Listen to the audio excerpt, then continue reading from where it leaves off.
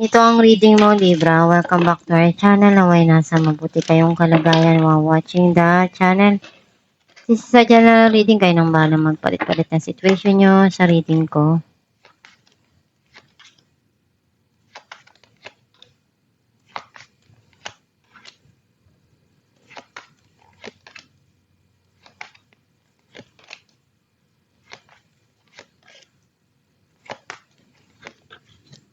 At the bottom of the deck, 3 of Cups. I feel like ang nasisense ko na energy mo, nakita ko na andun yung gusto mong bigyan ng time yung sarili mo to enjoy yung buhay, makapag-relax at makapagpahinga. Gusto mong ibigay ko ano yung magpapasaya para sa'yo. Ang mensahe ng card mo, unti-unti ka nang nagtatagumpay dun sa mga goal mo and na-achieve mo kung ano yung gusto mo at hangarin mo sa buhay, mga pangarap mo. May minamanifest ka na changes. Some of you may darating na travel.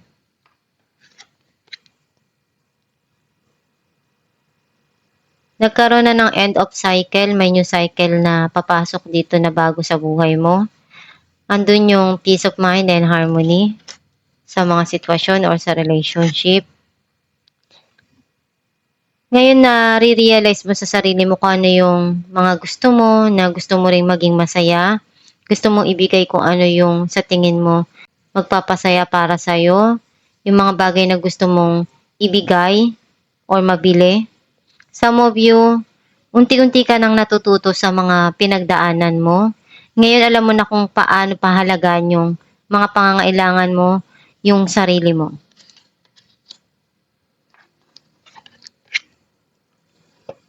Mayroong bagong idea dito na darating sa buhay mo. Some of you, clarity or communication. Marami kang pinagdaanan na pagsubok sa buhay at nalagpasan mo yon, na-overcome mo yon. Naging matatag ka doon.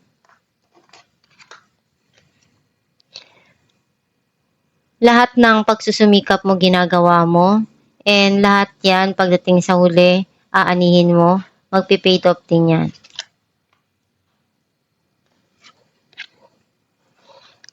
Meron ditong darating na blessing or minamanifest mo na matanggap. Some of you, mayroong darating na regalo or opportunity para sa iyo na bago. Clarify natin ang 6 of Wands. The Chariot and Queen of Pentacles. Marami kang natutunan sa pinagdaanan mo sa nakaraan. Isa yun sa naging inspirasyon mo para maging mas matibay, mas malagpasan yung mga pagsubok na hindi mo inaasahan na darating sa'yo. Unti-unti ka nang nagiging okay at marami kang natutunan doon na bago para sa'yo. Which is isa rin yun sa nagpatibay ng pananampalataya mo sa Diyos. And kung ano yung mga pinagdaanan mo, malaki yung naging aral nun para sa'yo. Malaki yung lesson nun na naibigay sa'yo. Some of you may darating dito na success na matagal mo nang gustong makuha at hinihintay mo to. And gagawin mo lahat na makakaya mo. Mag-i-invest ka dito para makuha mo yung tagumpay or ma-achieve mo yung tagumpay dahil sa mga pagsusumikap na ginawa mo. Clarify natin ang Wheel of Fortune.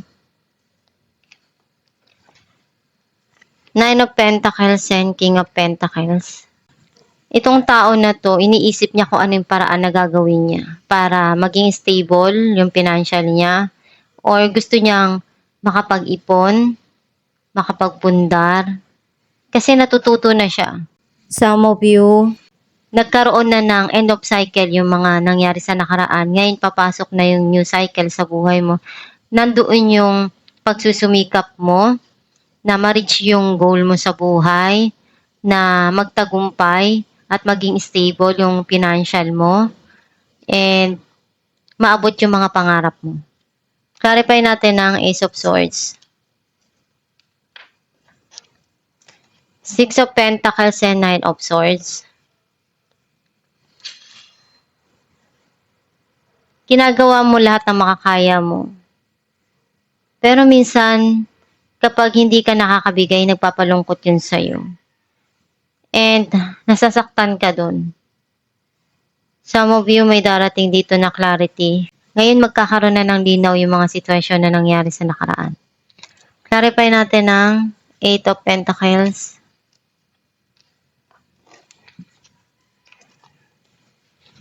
The Hermit and Four of Pentacles. Nagbabalik tanaw ka doon sa mga na-experience mo. And isa yun sa naging inspirasyon mo para matuto na magsumikap at makapag-ipon at gusto mong balang araw maibigay mo kung ano yung pangangailangan ng mga mahal mo sa buhay. Some of you, naalala mo pa rin yung mga nangyari sa nakaraan na sitwasyon, hindi mo pa rin makalimutan yun. Some of you, andun yung past person na naaalala mo palagi. And ginawa mo lahat ng makakaya mo para dun sa tao na yun. Pero ganun talagang buhay. Basta kung hindi pa yun yung tamang oras na para sa'yo, kahit anong gawin mo, walang mangyayari. Clarify natin the world. Knight of Cups and Four of Cups. Itong taon na to, andun yung regret niya. And minamanifest niya na magkaroon ng pagbabago. Kasi andun pa rin yung feelings niya, mahal ka pa rin niya. Some of you, andun yung pagmamahal mo na gusto mong ipakita dun sa taong mahal mo. And some of you, meron ditong offer na darating. And pinag-iisipan mo kung tatanggapin mo. Clarify natin the Empress. The Moon and Two of Wands. Meron ditong darating na hindi mo inaasahan or may mga desisyon kang kailangan pag-isipan dito or iniisip. Marami kang plano para sa kinabukasan mo. Especially sa mga mahal mo sa buhay at sa sarili mo. Clarify natin ang Strength. Queen of Wands and Eight of Wands. May mga opportunity na darating sa'yo and i-grab mo yon. Handa ka dahil gagawin mo lahat ng paraan na kaya mo para makuha kung ano yung gusto mo. Ngayon matatag ka na matibay ka na, hindi ka na basta-basta sumusuko. Clarify natin ang Ace of Pentacles. Five of Swords and Five of Cups. Gusto mo nang kalimutan yung mga nangyari sa nakaraan na para sa'yo masakit, ayaw mo nang isipin yon at dalin pa. Kasi sometimes may mga nangyari doon na hindi mo makalimutan at andun yung nalulungkot ka. Pero inisip mo na tapos na yun wala ka nang magagawa. Kaya mas gusto mo na lang na unahin ngayon kung ano yung dumarating sa buhay mo. Alamin natin kung ano mensahe ng iyong gabay. Shower of Abundance. To heal your financial situation, first give us your worries concerning money. We will guide you in order to show you how to create and accept abundance. As we work together, your financial situation will heal as fast as you will allow. Ang mensahe ng iyong gabay na nandyan lang ang Diyos palagi sa'yo, nagmamasid, pinagmamasdan ka, binabantayan ka. Kung ano yung nangyayari sa buhay mo ngayon na sitwasyon, unti-unti rin niyang magiging okay, maghihil din yan. Magdasal ka lang palagi at hilingin mo sa Diyos Ama na tulungan ka sa mga pinagdadaanan mo. Huwag kang susuko at gawin mo palagi yung makakaya mo para magtagumpay sa buhay. Be thankful kung ano yung dumarating sa buhay mo na blessing. And kung ano yung binibigay ng Diyos Ama sa araw-araw, either problem man yan o hindi, blessing pa rin yan para sa'yo. And one day, kung ano yung mga pinapangarap mo, ibibigay din yung blessing na yon, yung abundance na yon na gusto mong mangyari sa buhay mo. And hindi naman lahat ng nangyayari sa buhay natin palaging maganda, masaya. Kailangan din na maging balance yung mga dumarating sa buhay natin para meron tayong matutunan sa araw-araw na gawa natin sa buhay.